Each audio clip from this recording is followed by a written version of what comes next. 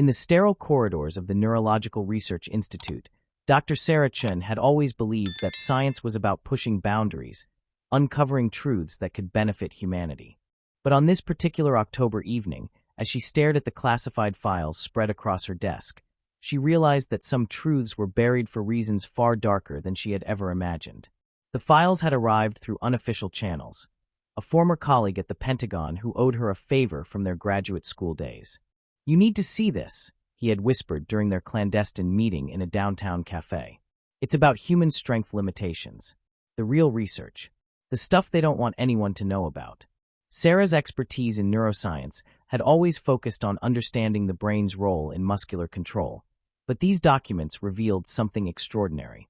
Military experiments from the 1960s documented cases of soldiers developing what could only be described as superhuman strength during combat situations. Not the adrenaline-fueled feats occasionally reported in newspapers, but systematic, reproducible instances of human beings accessing physical capabilities that should have been impossible. One report detailed a soldier named Marcus Webb, who, during a firefight in Vietnam, had single-handedly lifted a 2-ton military vehicle to free trapped comrades. Medical examinations afterward showed no trace of performance-enhancing substances in his system. Another case described a Marine who had punched through a concrete wall with his bare fist during a rescue operation, leaving his hand completely uninjured. The documentation was meticulous, clinical, and terrifying in its implications. What disturbed Sarah most was not the extraordinary nature of these accounts, but the abrupt way the research had been terminated. Project files ended mid-sentence. Scientists who had been leading the research suddenly disappeared from all subsequent publications. Government funding was quietly redirected to other programs. It was as if someone had decided that this particular avenue of human potential was too dangerous to explore further. Unable to dismiss what she had read, Sarah began her own investigation. She reached out to contacts in sports medicine, emergency response training, and military research. What she discovered was that the phenomenon had a name in scientific literature: hysterical strength. It was documented, acknowledged, but consistently relegated to the margins of serious research. Dr. James Morrison, a colleague at Harvard Medical School, explained it to her over a secure video call. "The human body is capable of incredible feats when the normal neural inhibitions are removed," he said, his voice carefully measured. "Our brains deliberately limit our muscular output to prevent self-injury. But in extreme circumstances, life-or-death situations, these limiters can be overridden." The science was sound, even elegant. The human muscular system typically operates at only 30 to 40% of its theoretical maximum capacity. The brain maintains this limitation through neural pathways that prevent muscles from contracting with full force, protecting tendons, bones, and organs from damage that would result from unrestricted muscular output.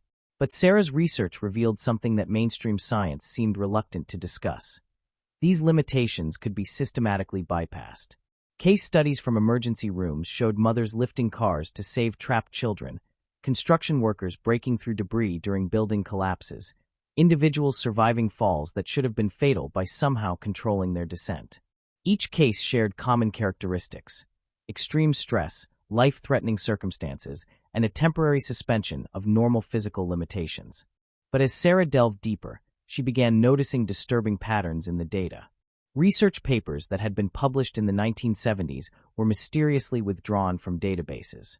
Scientists who had made breakthrough discoveries in understanding neuromuscular control suddenly shifted their focus to entirely different fields.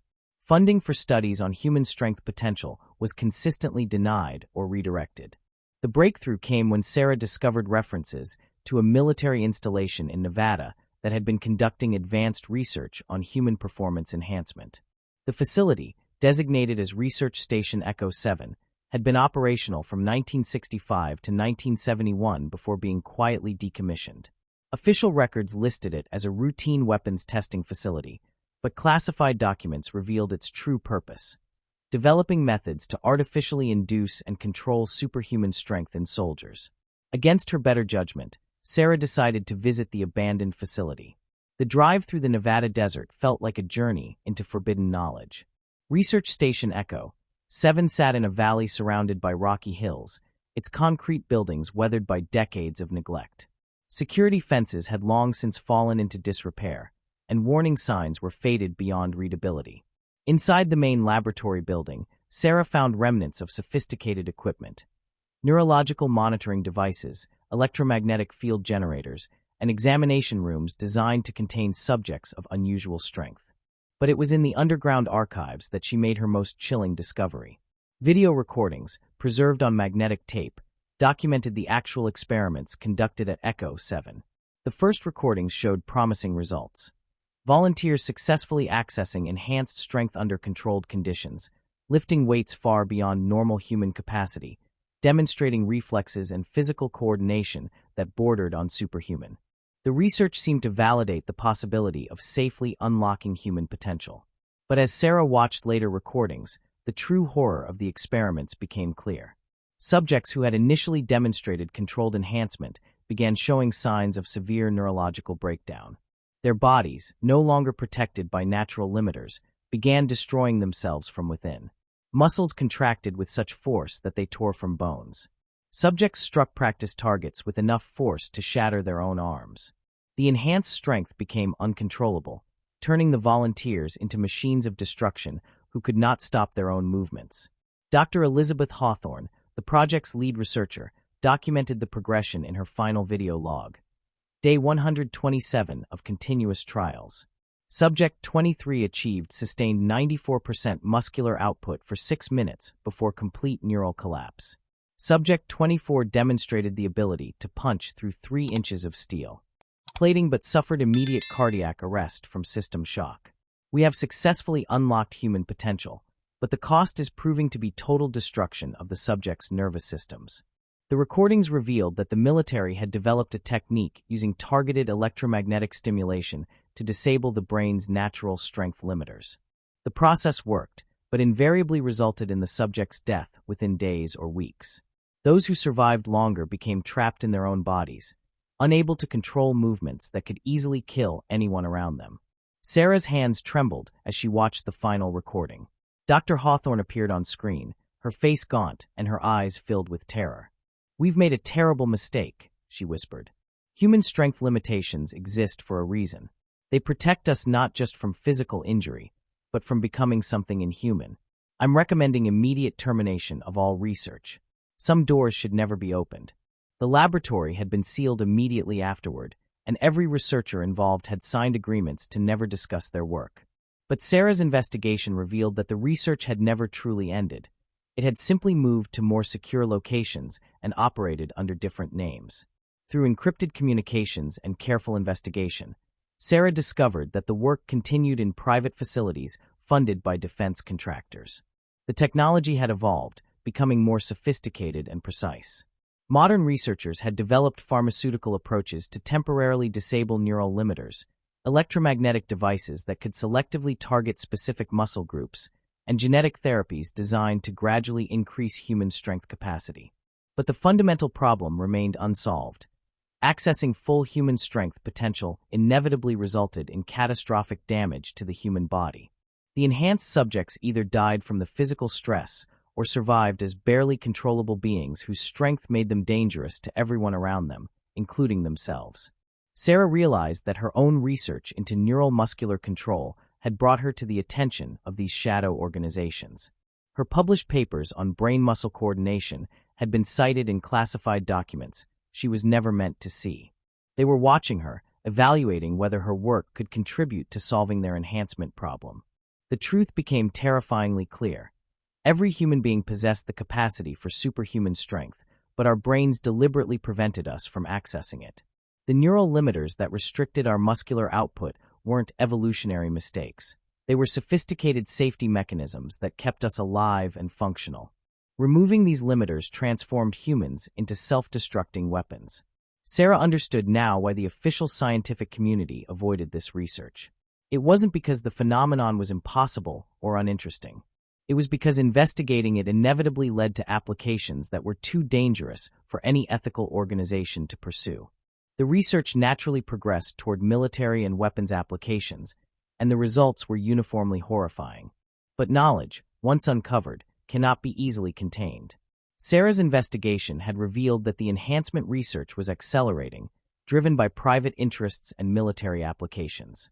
New facilities were being constructed, and recruitment of test subjects was expanding through programs disguised as medical trials and athletic training opportunities.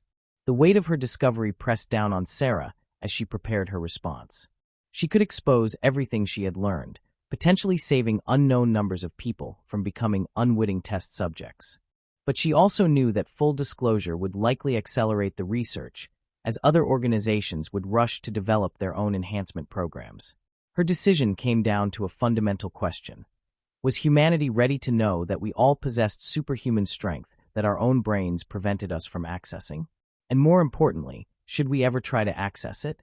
Sarah chose to release her findings through carefully selected scientific journals and investigative journalists, providing enough information to expose the unethical research while withholding the specific technical details that could enable replication. Her revelations sent shockwaves through both scientific and military communities, but also confirmed what many had suspected. The human body harbors capabilities that our own biology deliberately keeps locked away. The official response was predictable: denial, misdirection, and claims that Sarah's research was based on fabricated evidence. But for those who understood the implications, her work revealed a disturbing truth about human nature. Our physical limitations aren't weaknesses to be overcome. They're protective mechanisms that maintain our humanity. The secret of superhuman strength isn't that we can't access it. The secret is that we shouldn't. Our bodies are designed with built-in safety systems that prevent us from destroying ourselves through our own power. The neural limiters that restrict our strength aren't evolutionary flaws. They're sophisticated protection mechanisms that keep us alive and functional. Every documented case of hysterical strength comes with a cost: torn muscles, broken bones, damaged organs, and nervous system trauma. The human body can briefly access its full potential, but only at the risk of permanent injury or death. Nature has given us incredible power, but also the wisdom to use it sparingly. Sarah's investigation revealed that the most terrifying aspect of superhuman strength research wasn't the military applications or the unethical experiments. It was the realization that some aspects of human potential are deliberately limited for our own protection. The line between enhancement and destruction is far thinner than anyone had imagined, and crossing it transforms humans into something that can no longer be called human. In her final published paper on the subject, Sarah wrote, "The greatest scientific discoveries aren't always about what we can do, but about understanding why certain capabilities remain dormant. Human strength limitations represent one of evolution's most sophisticated achievements, not a barrier to overcome, but a protection system that keeps us human." The research continues in facilities around the world, driven by the eternal human desire to transcend our biological limitations. But Sarah's work stands as a warning that some boundaries exist for reasons we're only beginning to understand, and that the price of superhuman strength may be our humanity itself.